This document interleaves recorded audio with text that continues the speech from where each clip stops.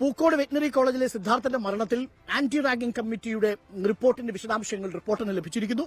സിദ്ധാർത്ഥനെ college പരിസരത്ത് 4 സംഘം മർദ്ദിച്ചിരിക്കുന്നത്. നേരത്തെ പറഞ്ഞതനുസരിച്ച് ഷട്ടിൽ കോട്ട്, ഒപ്പം തന്നെ മുറി, ഹോസ്റ്റലിന് നടുമുറ്റം, ഹോസ്റ്റലിന് സമീപത്തെ കുന്ന്, ഡോർമെട്രിക്കകം എന്നിവിടങ്ങളിൽ വെച്ചാണ് സിദ്ധാർത്ഥനെ മർദ്ദിച്ചിരിക്കുന്നത്. ഹോസ്റ്റലിൽ കിടന്നുറങ്ങിയ വിദ്യാർത്ഥിയെ വിളിച്ച് മർദ്ദനം ഡെമോ പോലെ കാണിച്ചു കൊടുത്തുവെന്നും റിപ്പോർട്ടിൽ പറയുന്നു. മുബഷീർ പി അക്ബറാണ് നമുക്കൊപ്പം ചേരുന്നത് ടെലിഫോണിൽ. മുബഷീർ, പലയിടങ്ങളിലും വെച്ച് ഈ കുട്ടിയെ ആക്രമിച്ചു. പോസ്റ്റ്മോർട്ടം റിപ്പോർട്ടിൽ പറയുന്നത് 18 കൺട്യൂഷൻസ് ഉണ്ട് എന്നുള്ളതാണ്. അതായത് വളരെ മാരകമായ മുറിവുകളും ചതവുകളും ശരീരത്തിൽ കാണപ്പെട്ടു എന്നാണ്. അപ്പോൾ ഈ ആന്റി റാഗിംഗ് സെല്ലിന്റെ ഈ റിപ്പോർട്ടിൽ പറയുന്ന പ്രധാനപ്പെട്ട കാര്യങ്ങൾ എന്താണ്? എത്രമാത്രം ക്രൂരമായിരുന്നു ആ പീഡനങ്ങൾ? അരുൺകുമാർ, ഞെട്ടിപ്പിക്കുന്ന വിവരങ്ങളാണ് ആന്റി റാഗിംഗ് കമ്മിറ്റിയുടെ റിപ്പോർട്ടിലുള്ളത്. കോളേജ്, ഹോസ്റ്റൽ, അതുപോലെ തന്നെ കോളേജിന് സമീപത്തുള്ള കുന്നുപ്രദേശം, ഹോസ്റ്റലിന്റെ നടുമുറ്റം, ഇതുകൂടാതെ ഡോർമെറ്ററി തുടങ്ങിയ 4 മേഖലകളിൽ എത്തിച്ചാണ് സിദ്ധാർത്ഥനെ അതിമൃഗീയമായ രീതിയിൽ മർദ്ദിച്ചതെന്നാണ് കണ്ടെത്തിയിരിക്കുന്നത്.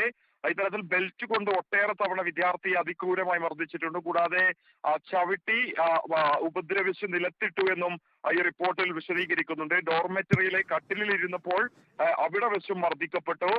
മുറിക്കകത്ത് കിടന്നുറങ്ങിയായിരുന്ന മറ്റൊരു വിദ്യാർത്ഥിയെ വിളിച്ചുണർത്തി ഇങ്ങനെയായിരിക്കും സംഭവിക്കുക എന്ന് മുന്നറിയിപ്പ് നൽകുന്ന രീതിയിൽ മർദ്ദിക്കുന്നത് കാണിച്ചു കൊടുത്തു എന്ന് പറയുന്നുണ്ട്. അതാണ് ഡെമോ രീതിയിൽ അക്രമി സംഘം സിദ്ധാർത്ഥിനെ മർദ്ദിച്ച് ചെയ്തത് കാണിച്ചു കൊടുത്തു എന്നും ഈ ഒരു റിപ്പോർട്ടിൽ പ്രതിപാദിക്കുന്നത്. സിദ്ധാർത്ഥിന്റെ 2 സുഹൃത്തുക്കളെ വിളിച്ചു വരുത്തി അവരെ ഭീഷണിപ്പെടുത്തി നിർബന്ധിപ്പിച്ച് അടിപ്പിക്കുകയും ചെയ്തിട്ടുണ്ട്. ആ മുറിയിലെ വെള്ളം തുടപ്പിക്കുകയും ചെയ്തു എന്നും റിപ്പോർട്ടിലുണ്ട്. പുറത്ത് പറയരുതെന്ന് കുട്ടികളെ അക്രമി സംഘം ഭീഷണിപ്പെടുത്തിയിട്ടുണ്ട്.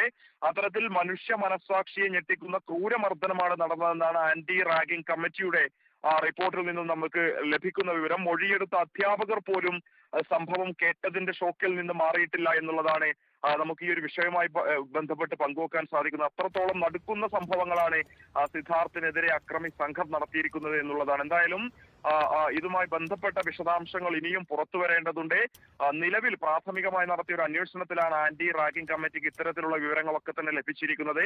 നിരവധി വിദ്യാർത്ഥികൾ ഈ ഒരു സംഭവം നേരിട്ട് കണ്ടു എന്ന് പറയപ്പെടുമ്പോൾ വിശദമായ മൊഴികളൊക്കെ തന്നെ ഇനിയും പുറത്തു വരാനുണ്ട്. സ്വാഭാവികമായും അപ്പോൾ മനുഷ്യ മനസ്സാക്ഷിയെ ഞെട്ടിക്കുന്ന കൂടുതൽ വിവരങ്ങൾ തന്നെയായിരിക്കും പുറത്തു വരാൻ പോകുന്നത് എന്നൊരു ഘട്ടത്തിൽ നമുക്ക് പറയാൻ സാധിക്കും. അരുൺകുമാർ.